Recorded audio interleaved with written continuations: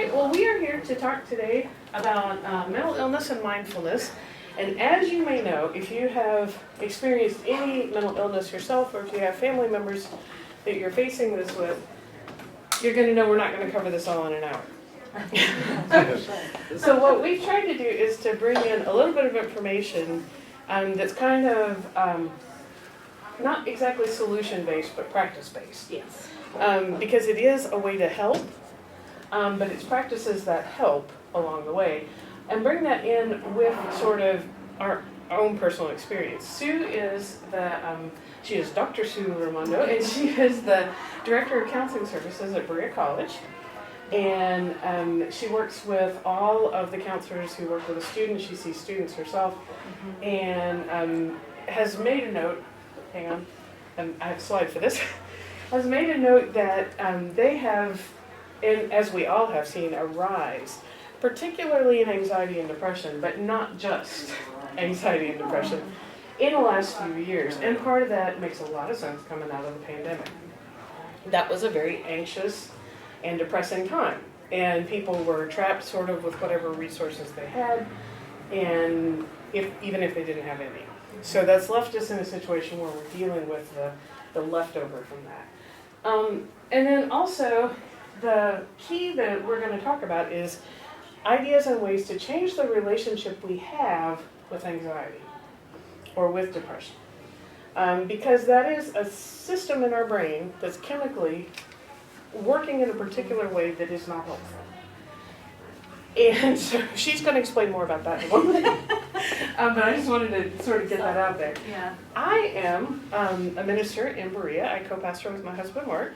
And I've been in ministry for 28, 29 years. 29. And about 10 years into that, I was diagnosed with an anxiety disorder, which I had had for quite a bit longer than that. I was what's called high-functioning ADHD as a child. And ADHD in girls and young women very often manifests as anxiety, or turns into an anxiety disorder later on in life. And so that's what I was living with. And I'm one of those people who thought, oh, this is just like a mild little, we'll just figure this out, and I'll just do it with therapy and I'll be fine. It was not a mild disorder. I was just high functioning. And as I got into my 30s, I ran out of energy to function. And so all the stuff I've been doing led me to a crash. So we're going to leave it at that. But that's just the experience that we bring to this. That I'm coming to it as someone who has experienced some of the therapies and medicines and the encounters that you have from that end. And she is coming at it from someone who does those encounters and therapies and that sort of thing. Not that we don't both have a little experience on the other side, but yeah. So I'm going to hand it over to Sue, and she is going to, are you ready to go? Yeah, I am.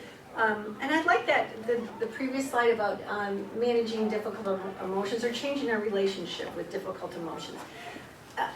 Depression and anxiety are a perfectly reasonable response to a pandemic. To seeing news where people are, corpses are being put into, or bodies are being put into refrigerated trucks because New York City can't keep up with the number of deaths, for the scramble to find vaccinations, for trying to maintain a work relationship as well as teaching your children, when that might not be your skill set, is teaching. So there's a normal reactions, but and it would require structural changes, like political, economic, so forth, to really get at the core of those. But we're personally left with, how do we personally deal with these changes that we didn't ask for, that are very abrupt, as well as the normal things that we struggle with, okay, like anxiety, ADHD, depression. This is a bedrock. Again, I've been at Berea College over 20 years. I supervise a lot of new therapists, and cognitive behavioral therapy is something that is really a core skill that we want to teach folks who come into our offices for lots of reasons. I really like the work of Aaron Beck, so I would direct you to Aaron Beck. His daughter has taken over his work. He died, and he died recently. His daughter's name is Judith. I studied at the Beck Institute. But what we want to talk about today, and the reason I have Albert Ellis on there is because the ABC, how he broke it down, ABCD, is his work. So I want to give credit to credit's due. But all of us believe, okay, we have an activating event. Because of the pandemic, I can't have Thanksgiving with my extended family, right? And so that makes us depressed. That might put us into depression or anxiety or real grief because, you know, my grandma's 82. I don't know how much longer she's going to be here. I can't see my grandma, right? Okay, and the next slide really gets to know this is what is important. How do I feel as a result? What I believe about that event matters. So here's the activating event. That's what A stands for. I can't have Thanksgiving with my family. How do I feel? So we think that makes me feel depressed. But other people, not everybody has that same response to that event, right? What's different? It's their thoughts about it, you know. And again, it might be I'm still sad, I'm still disappointed, and I'm going to figure out some way to really participate with my family. You know what? I'm going to make pies and send them to them. I'm going to Zoom with them. We're going to play games after our Thanksgiving dinner. We're going to trade recipes. So I'm still disappointed, but I'm not devastated. So it doesn't mean that the feeling goes away, but it doesn't become clinical, you know, where you're super anxious. So I think that that is a really important skill set. I mean, I teach cognitive behavioral therapy because you can imagine when you're 18, you know, every thought that comes your way, you live and die like 900 times a day, right? You're 18, you know. I'm heartbroken 1 minute and then I'm on top of the world because that cute guy just said hi to me. Or, you know, I got an A in my class even though I'm struggling in chemistry. Yeah. So how do I feel as a result? So what we have to do is look for facts that I might be overlooking. And we get really rigid in our thinking. For example, and I know I have a lot of student examples, but say you I'm trying to think of something, well, hopefully I better stick to what I know. A lot of students think that, you know, they're devastated because they failed a test or a class, God forbid. And their thinking is, oh, I'll never get into grad school. I'll never, you know, I'll probably drop out. I'm going to be in a ditch drinking cheap wine out of a paper bag, right? Mm-hmm.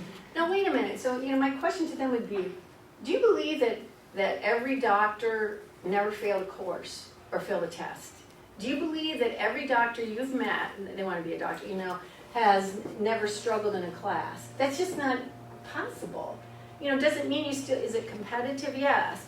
You know, but there's a lot of schools you can go to become a doctor. There's a lot of ways to that path. It might not be simple, like I have a friend whose son is really, really bright, but he got a girlfriend in his undergrad and kind of got distracted and had a bad semester, right? So he's gone on, though. He applied to med school, didn't get in. So he's gone on and gotten a certification. I don't know, because I don't know the medical field. But something that really helps him stand out. And sure enough, when he reapplied, he was accepted into a medical school. Maybe not his first choice, but it's still going to get him where he wants to go.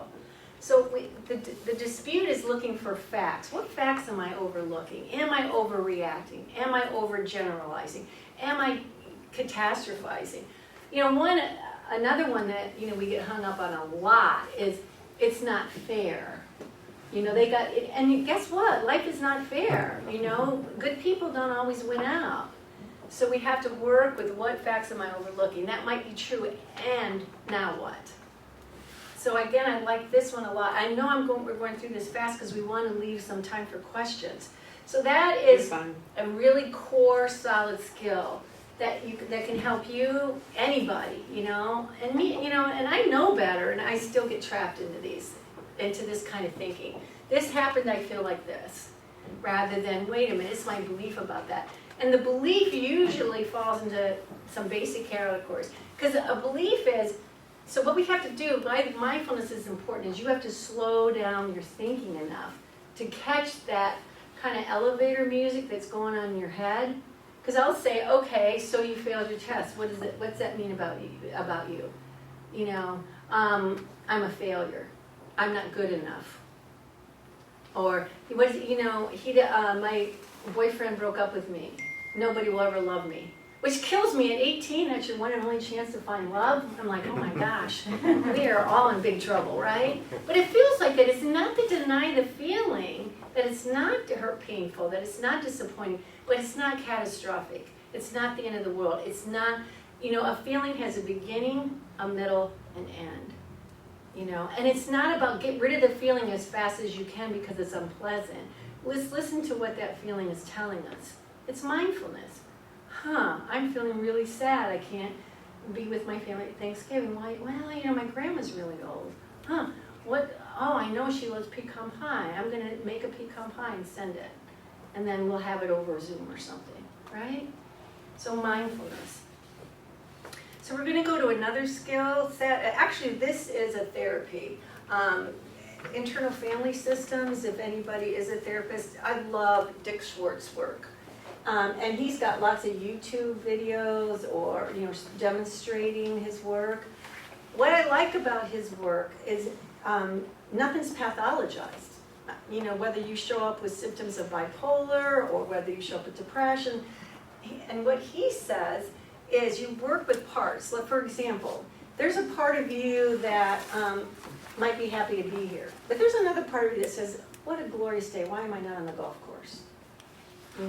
There's a part of you that really wants to, excel and write a great sermon. But there's a part of you that might be tired, And all of these parts play a role. And believe it or not, depression and anxiety are protective parts.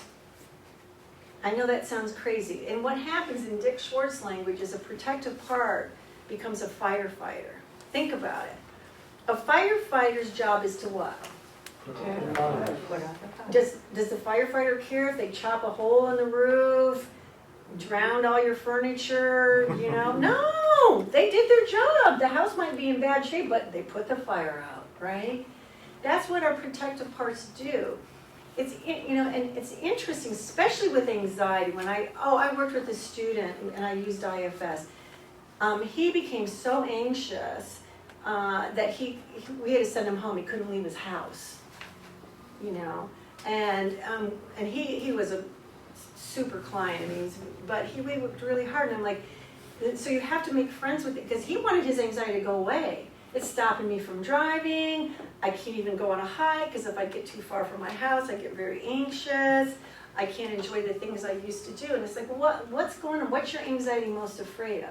He had a lot of fears about safety because what happened, he was driving down I-75 and he had a panic attack and he had to pull over and he was pretty much paralyzed. And luckily, his girlfriend ended up calling the police, but yeah, so he was terrified. Safety was a big issue for him.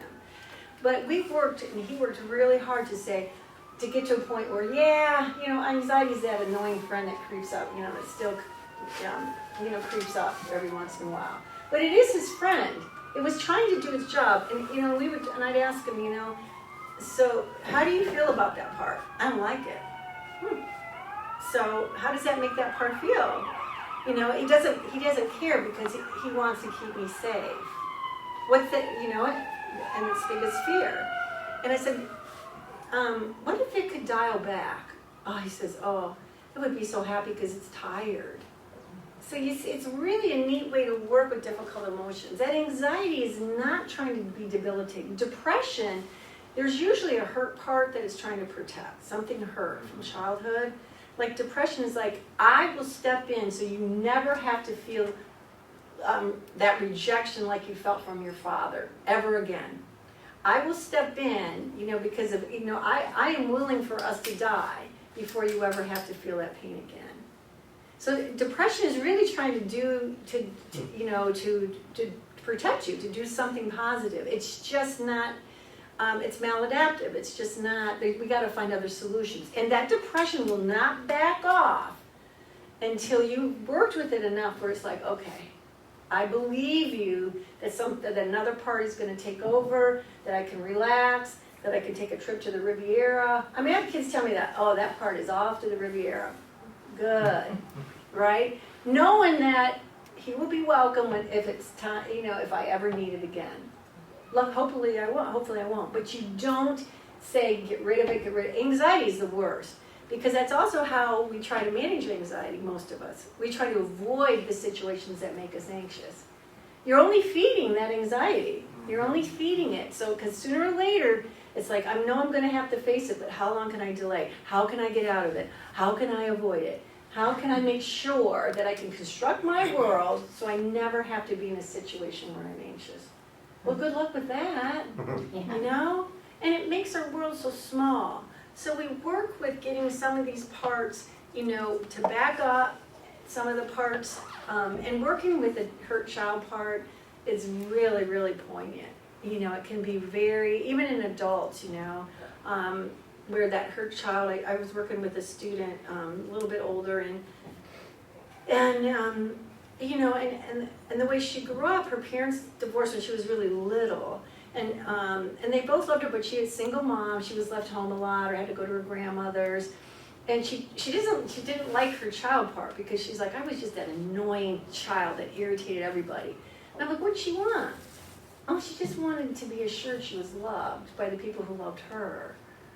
You know, and she did not want to go there because that girl was annoying. But you know, when you come to it with compassion and curiosity, you know, what's that she most afraid of? What's really bothering her? You know, and then she went on to tell me how, you know, her dad, she couldn't see her dad a lot because he was very involved in her life, but he traveled outside the country a lot.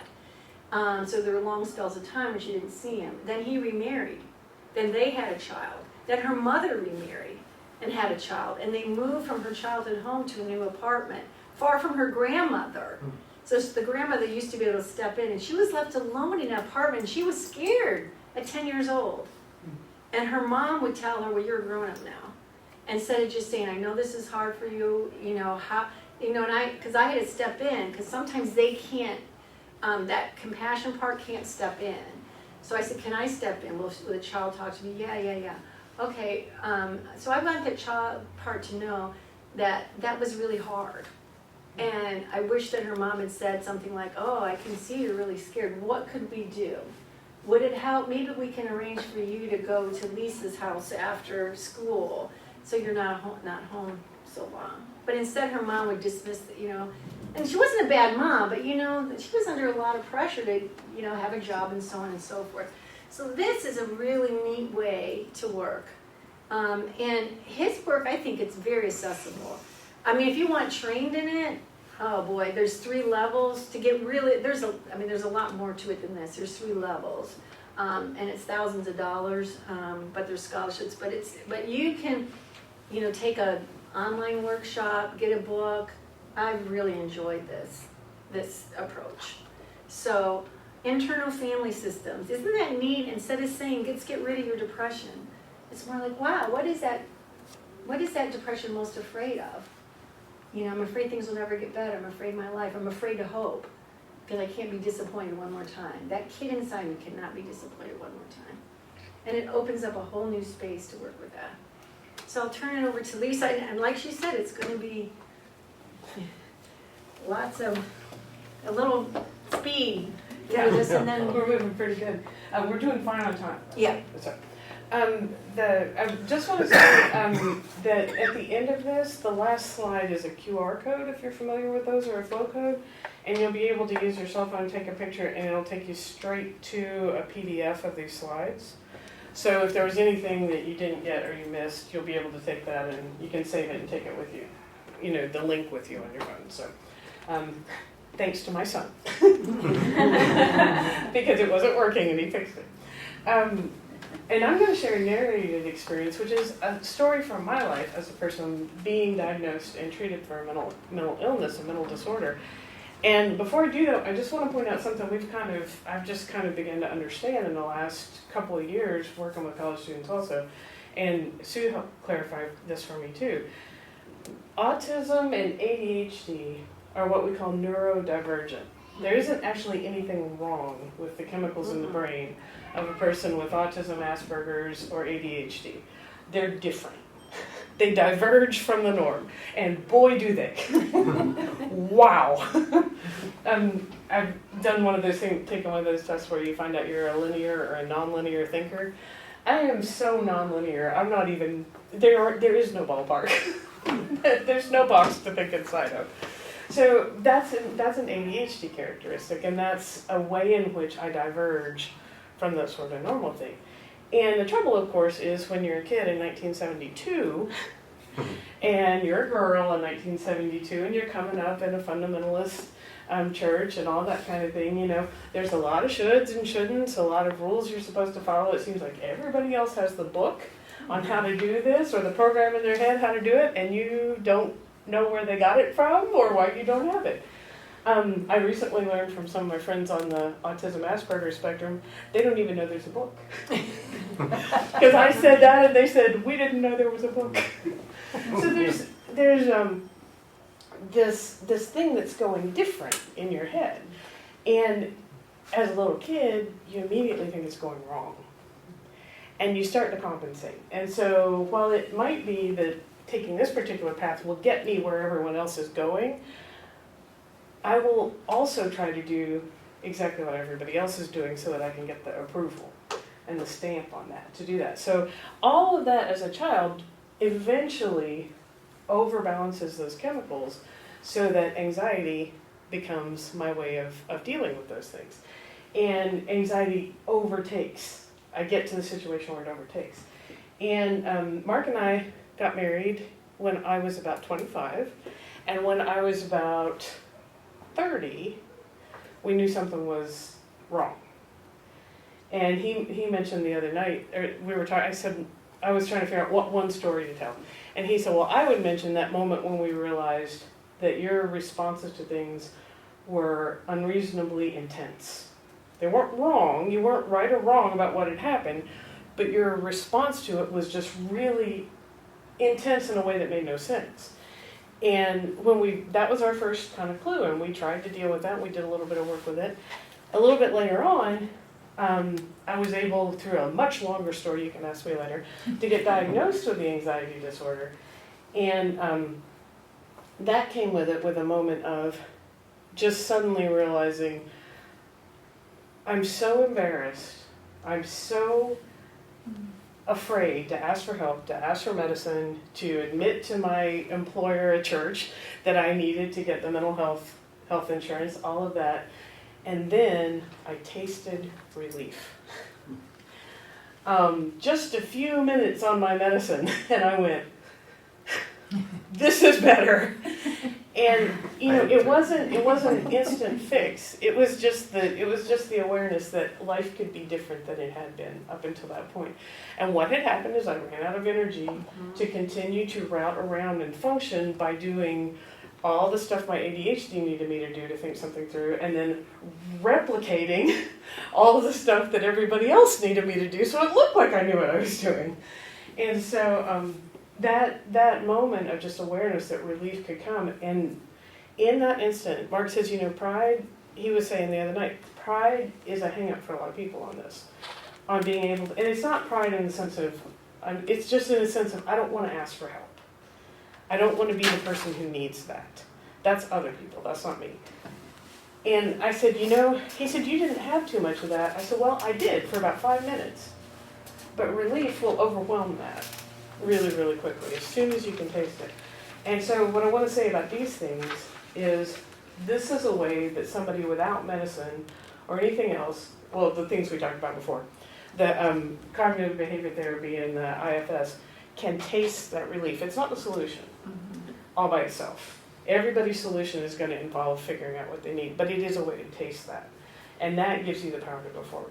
So my story that I wanted to tell you, I did want to tell you, goes back to what she was talking about discomfort, with being able to be tolerant of discomfort, and how we have to make a friend of the thing, anxiety or depression. In my case, anxiety.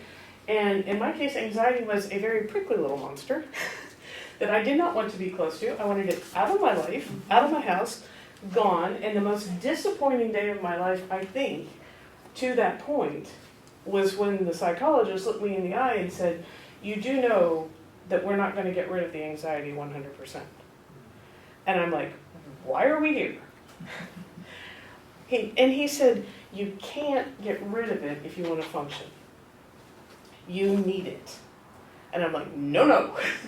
I've had more than enough of it. I do not need. And I was so upset. I drove home almost in tears that day. I was so upset.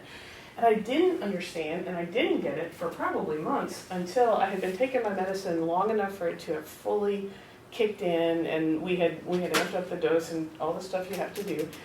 And Mark and I went to Lowe's one day. Now we needed a new washer and dryer.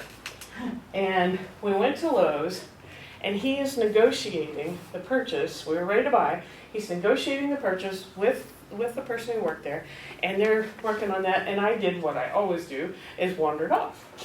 Because it's a little anxiety producing while somebody's going through something that's going to cost that much money and be that much of your life. And so my brain said, let's just take a walk. So I just, looked at, spouts and spigots and all sorts of things I wouldn't normally care about.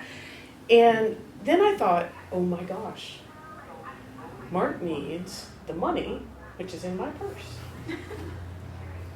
And I don't have my purse. I thought, oh, I bet it's in the car. I bet my purse is in the car. And I walked out the door, straight to the car, no purse. Probably left it at church. Church is only a block away.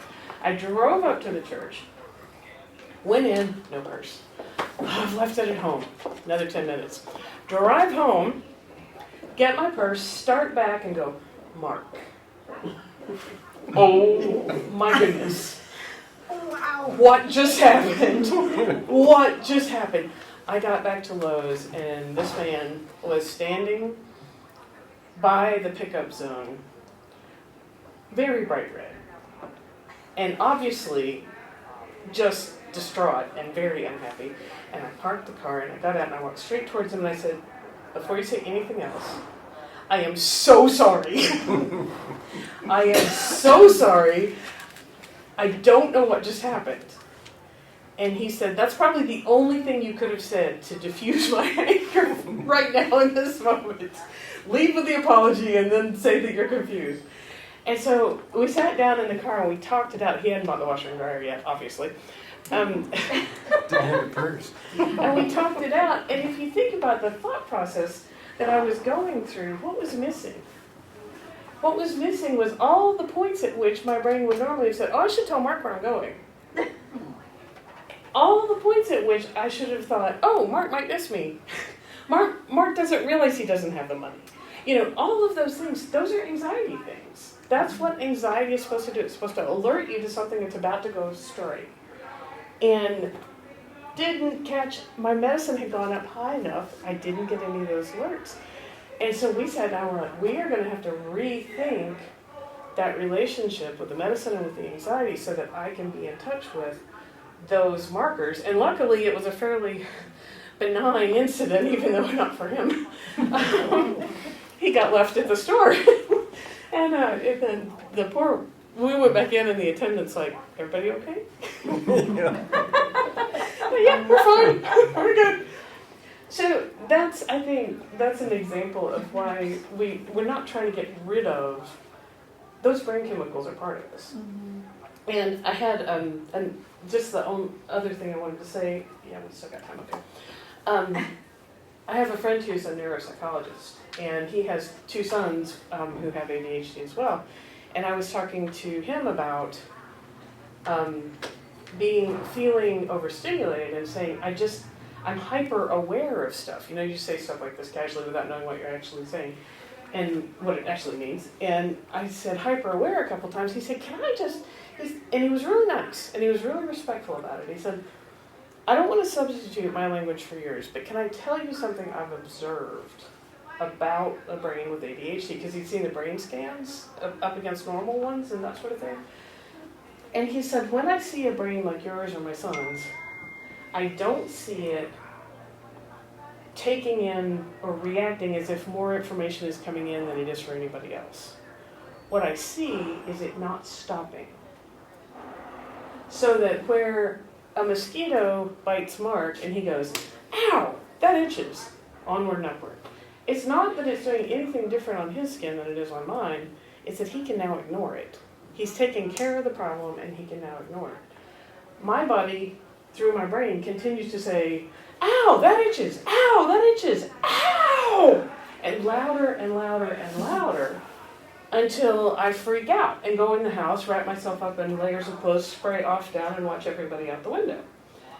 So my brain just keeps going and it doesn't ignore it. And one thing he gave me in saying that to me was the gift of understanding in terms of becoming tolerant of discomfort, is the gift of understanding that what's wrong is not that I am being flooded with too much input. In those cases, it's that I can't ignore what's in the room. And can I get acquainted with that and be more comfortable with it? And I can. So, and there are some things I will say to you, I cannot ignore a mosquito bite. I've tried, not happening. It's going to turn into a giant drama no matter what we do. Lord forbid I get stung by a bee. That's even worse. But I can now ignore a paper cut. I can now ignore a burn that's just slight and not really a big deal. I can go, ow, that hurt. Put some stuff on it. Go on. And I believe you remember having our entire holidays. Hot glue guns of high temperature have been banned in our house because I wrecked Christmas because I burned myself. so that, there's things like that. But I just wanted to share that there is, in everybody's case, everybody's story is going to sound like mine with different parts and pieces. There's ADHD, there's anxiety, there's depression, there's bipolar disorder. There's all of these things. And each of us has to find what is at the core of it for us. So where addressing anxiety made my ADHD very manageable. It might be for somebody else, they would need to go about it totally differently. If you have bipolar disorder, that has to be addressed very differently. And so just addressing your anxiety doesn't help if you've also got depression on the other end coming around at you. So as we encounter this in ourselves and in other people, there's that compassion and curiosity becomes absolutely critical.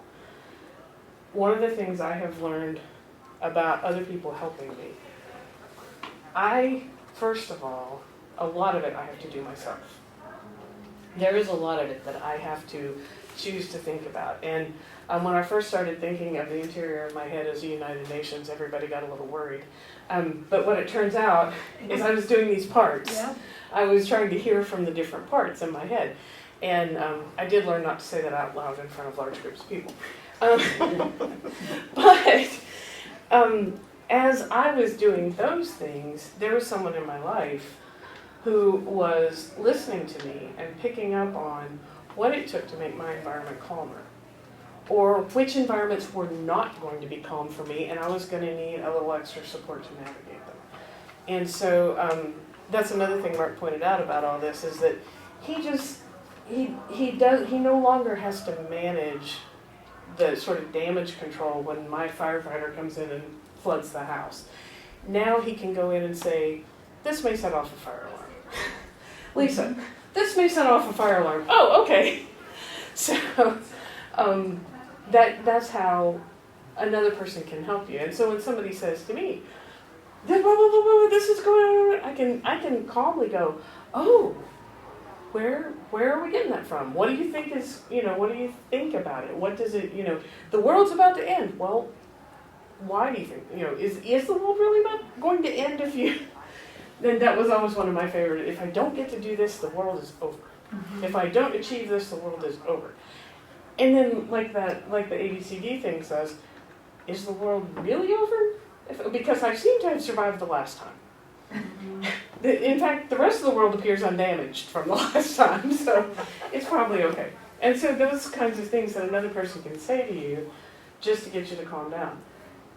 One really important thing, though, is that I do have to say, I need somebody to say to me, it's okay. I need somebody to say to me, your hair is not on fire. Or, this situation will hold you. Or it's true, this place is freaking out, we need to get you out of here. But I sometimes need somebody to do that, but I need to ask. And I know how to ask, and I can do that. And the best place, and I'm winding up, I promise, the best place I have learned, that was the hardest to learn this, is in the medical field. Because my anxiety incorporates hypochondria, which, just in case you didn't know, it does not mean my brain makes up false symptoms. It means that my brain translates pain, emotional pain, into physical symptoms, so that I will pay attention to them. And so if I get unprocessed emotional pain, my brain will go, let's give her a headache, she'll take care of that, 2 Tylenol, we're done. And so I have had to really learn how to talk to doctors because I get a lot of anxiety around they're going to think I'm lying, they're going to think I'm faking, they're going to think I've lost my mind. Or one of them looked at me one time and said, is that really how you think the body works? And I'm like, well, up until this moment, yes. So that's, I've had to learn to say sometimes, look, I am a very anxious person. I have an anxiety disorder, especially around medical stuff, and I need you to be very literal with me. Now, not everybody is that way, but I do. And if you tell me something, I will literally go out and do that.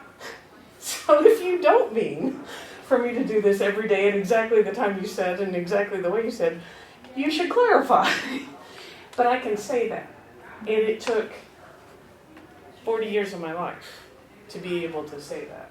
Because I thought that everybody else already knew this, and I was supposed to know, and I was embarrassed to say to anybody that I didn't know.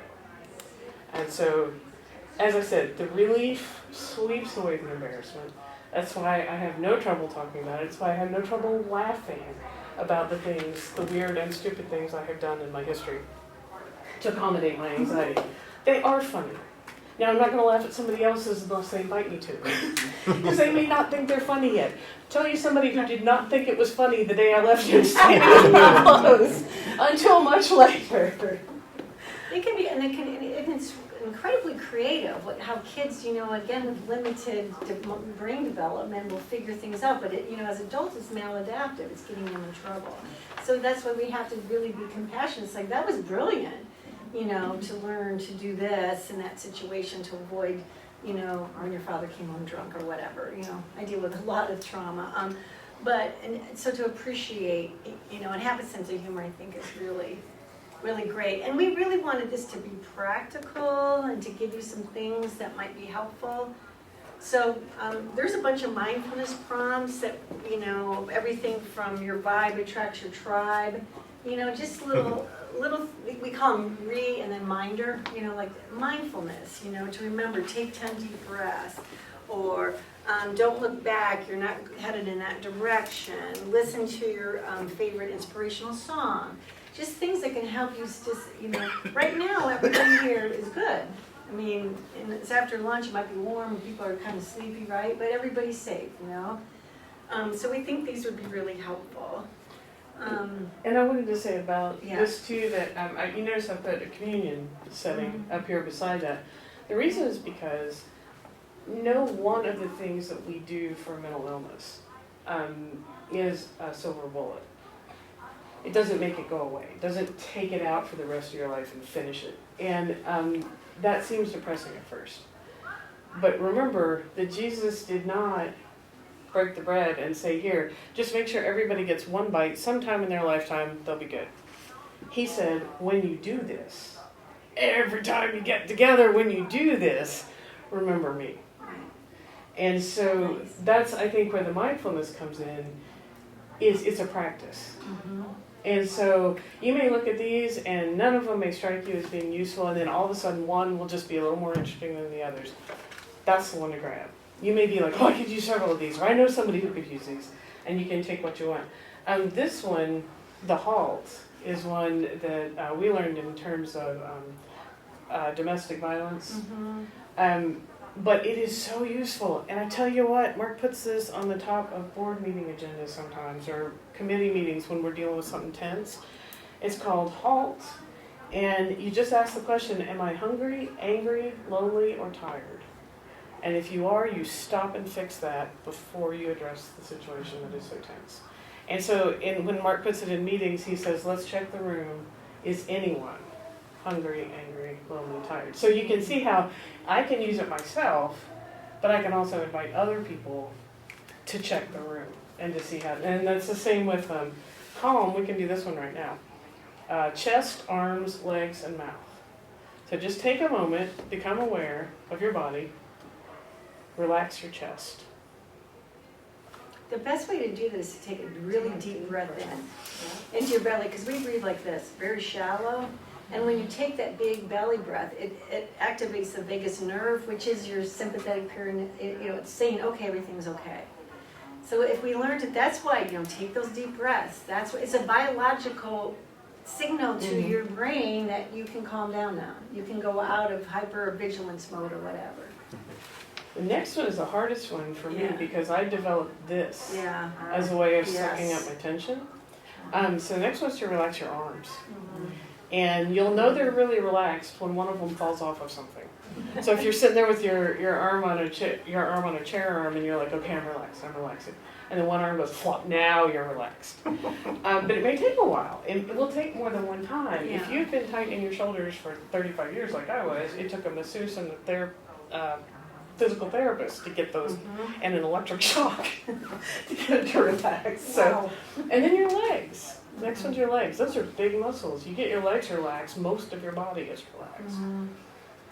And then finally, and this one I find funny, your mouth. Just let it, we're always saying smile to each other and that sort of thing. Just go like you're totally bored. And let Yeah. it drop and feel all those muscles in your face. And just let them. They're tiny ones, but they're all there and they're all working together. So those are some things that we can do and you can take with you. And like I said, you might want to grab a couple, you might want to grab one. Each pile is a different one, but it's all the same in that pile. And we'll give you a chance to do that. And I would challenge you to try giving 5 minutes to it today sometime. It really doesn't take that long to do a mindfulness prompt. And it does a lot of good every time you do it. So it's one of those things that if you forget it until the next time you open that book and there it is and then you do it, it's still going to help you. But the more we do it, the more we practice it, the more eventually it will become automatic. And the more automatic it is, the less anxiety we're going to have spiking out of control. We have time for questions. Yes, we do. I know that was, a quick romp through some mental health strategies to help you, as well as, and when we're listening to somebody who is distraught, I think that the really basic can really help. And just that you can say, well, it sounds like there's a part of you that wants to stay married, and there's a part of you that doesn't. Can you say, which one, can you say more about both? Or there's a part of you that, wants to quit your job, So I think it is a neat way to work with things. Questions, though. Oh, it is warm in here. I'm sorry. Oh, here, let me open this door back up. It was Yeah, just noisy help us earlier. get some. There we go, get some airflow. Bill, did you have a question? Oh, you just moved your arm. Okay. Yeah. Whoops. Thank you. While people are thinking of what they'd like to talk about, have you guys, how many of you have experienced either vicariously through somebody else or just become aware of mental illness when it was still just being treated with either medicine or what's called psychoanalysis or transactional analysis? So when I came to diagnosis, I thought those were the two options. And I actually I have spent very little time in transactional analysis because I got in with a psychologist who on the early edge of it did CBT. And so that's what I did first. But both of these have developed since then and function much better with the neurotic disorders than psychoanalysis does. Psychoanalysis is really good for a wounded situation that you need to backtrack through your life and figure out how it happened. But one of the things my psychologist said was, he said, you need to decide how comfortable you are with not knowing why you are this way. Because if you can be just a little comfortable with that, then we can work on you feeling better before we dig into why. And sometimes, in terms, because I do work with a lot of trauma, like students, I'm like, well, the first 17 years of your life weren't that fun. So why would we spend a whole lot of time revisiting that? I think you need to reflect to get some insight. Oh, that's probably why I behave this way or overreact or whatever. But, for a lot of people that, therapies that said, you really got to go back there and relive it, I'm not so sure. And there's research that indicates that is just re-traumatizing. It wasn't fun the first time. Why would we do it again? So, and those questions, why you can't ever know. My sister and I grew up in the same household. We had an abusive stepfather. She handled it differently than me. So what's the why? Why am I like this and she doesn't have the same, Why has she gone a different way? yes, same maladaptive, we both have very, different maladaptive strategies at times. But we really want, to invite you to take a card, but, and also any questions. I've got telephone conversations going on. The cousin who's in California and a sister-in-law who's in northern Kentucky. And I think they're both depressed. One talks to me in a monotone. It's just, so, and that's not like her. Okay, yeah. And the other one refuses to leave her room. And I think there's depression in both of them, but what can I do on a telephone? Yeah, I mean, this is what I would do. You start with you. And comment on behaviors that they. You're telling me you won't leave your room.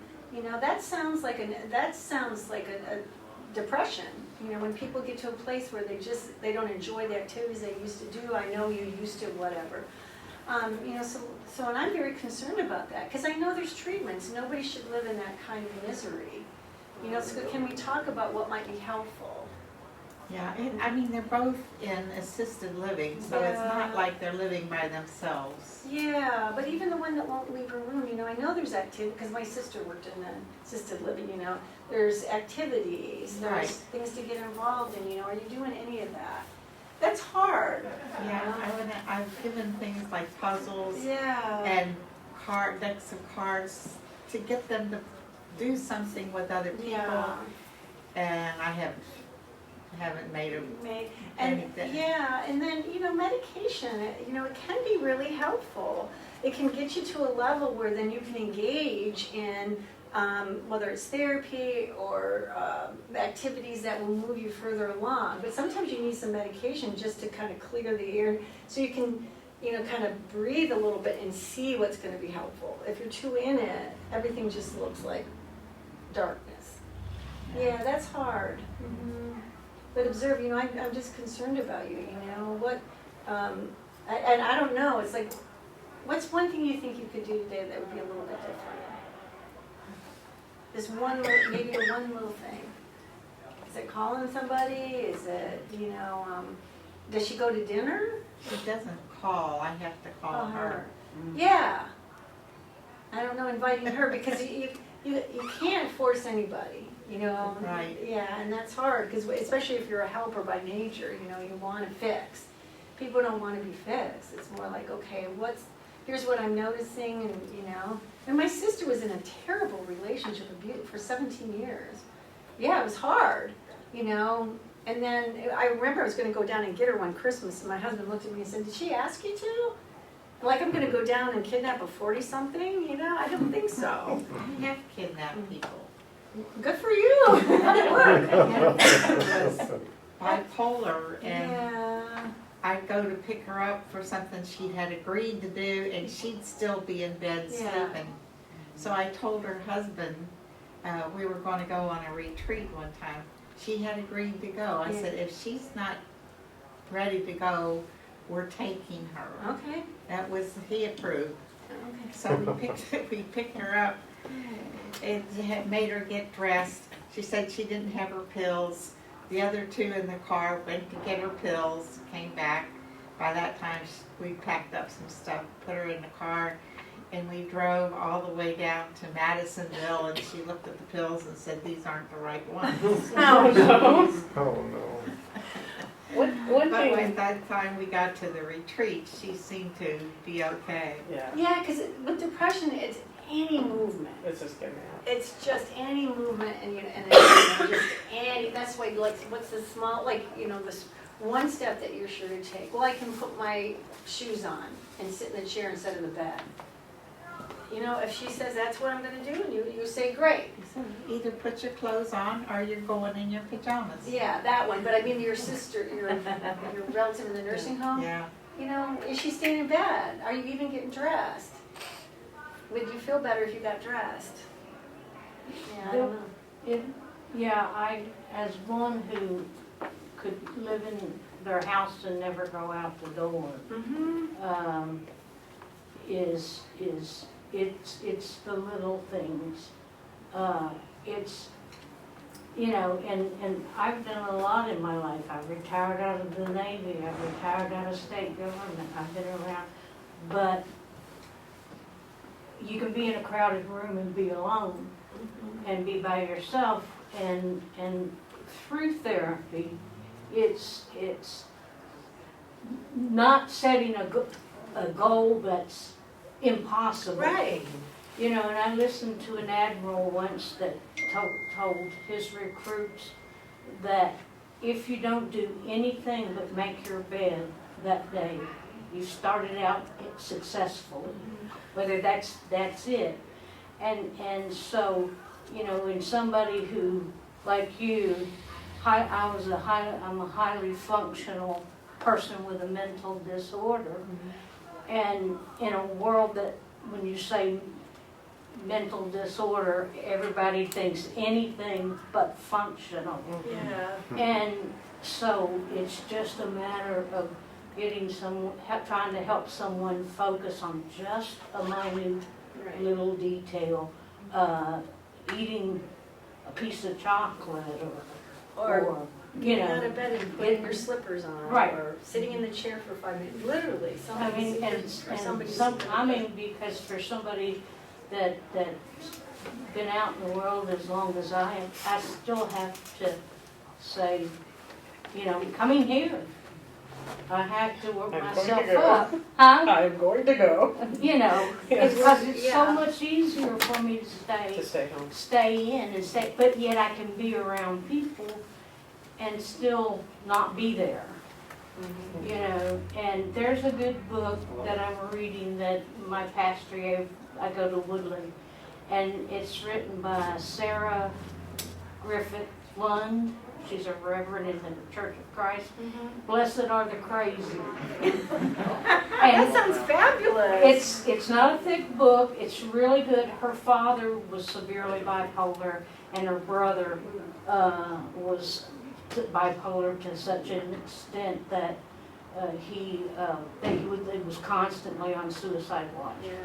And then her first cousin was mentally ill, and she's a pastor, and he committed a murder, and he was executed in Missouri. So she had to go with that, and so she goes through all of, especially with and she calls it when you have crazy in the blood, and that's kind of what I relate to.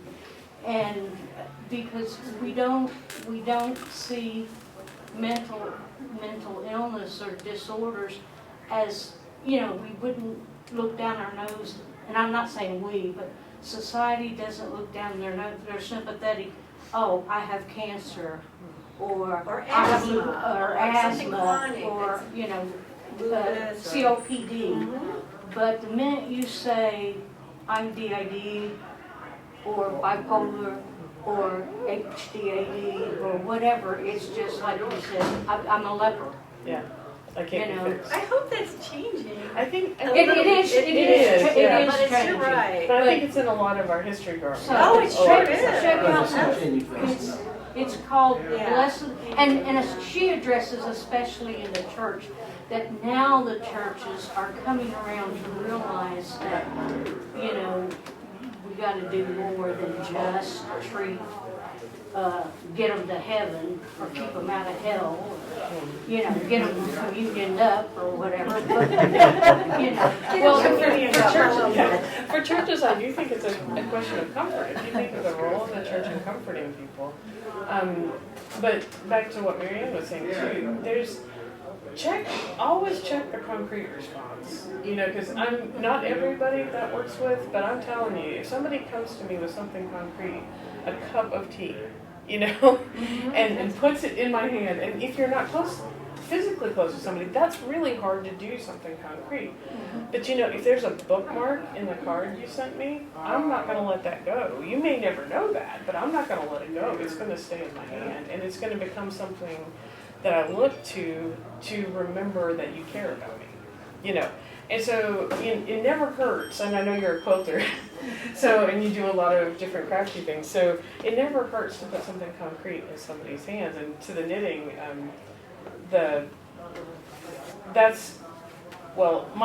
you notice that I represented my own story with a sock and a set of knitting needles. That's because knitting is prayerful and meditative for me. And if I knit in public, when I'm listening or something, I hear 100% more than I do without it. I pay really good attention. But it's that motion, that repetitive motion requires just enough attention to keep me where I need to be. The end result of that, though, is I now have a garment. And I don't know about you, but I do know about you, Mary. I have filled the whole house with hats before and gone, no one in this house needs a hat anymore. Well, when I give that to somebody else, it becomes for them my prayers. Yeah. And so when you give somebody something you've made or done like that, and they hold it in their hand, especially if they are neurodivergent, because neurodivergent people with ADHD and autism that perceive things very, very differently. And you will see us get hold of something and hang on to it. You see us walk through a knitting shop and go, on every piece of yarn, because it matters how it feels. You'll see an autistic person sometimes walk through and go, I don't want to touch any of that awful fuzzy stuff. Yeah. So it's different from person to person, but you'd be amazed what a person will pick up from something you have made, and that you have taken the time to put in your hands. And over the course of my life, those concrete things have been so comforting and so energizing. So I just offer that as a possible way to go about it. If it doesn't work, try something else. Yes, Just keep at it. I just have one thing, and just what you think about is that when you are distanced from someone like you are, and they're assisted living, so I don't know what you would think about within boundaries and in very gentleness. Who do you incorporate in trying to help them? right. Because you are at a distance and there's not really concretely, Yeah, as like far a as daughter, some, are you the next in line to be responsible? And can you talk to the staff there, or who can talk to the staff that helps them to incorporate a multi-faceted? Yeah, and remember HIPAA, you can say anything You to can me. say anything. I can say anything to you. So you could call a nurse there or find somebody and say, I'm really concerned about Sally. I know her well, she's starting to leave the room. Are you going next? What's concerned? And that lady, you could check in on her, or is there anything that you were It's almost suggesting I could do? Because I'm, 6 states away. That's not a bad idea. You can say anything. Social worker, they're great. Yeah, your social worker, yeah. If you talk to another family member, you don't want to go in with the problem first, because they've probably noticed it and are trying their best to deal with it, but they may be feeling really guilty about it. And that's not because they've done anything wrong necessarily, but it may be because they haven't been able to think of anything to do. So That's why I say gentle yeah, with boundaries. right. But then when you call a family member, if you're talking to her daughter, you can say, I know she's in this situation and it can be lonely. Is there a way I can, is there something I can do or I can put into her environment? And that comes at it from the positive angle of, here's the situation, I know she's in it, can I do something to help with that? Rather than, I'm worried about your mom, which they are too, I promise, but they just haven't figured out what to do yet, in most cases. We are at the time. Hey, so if you want to grab some of these little cards up here, I'll get out of your way so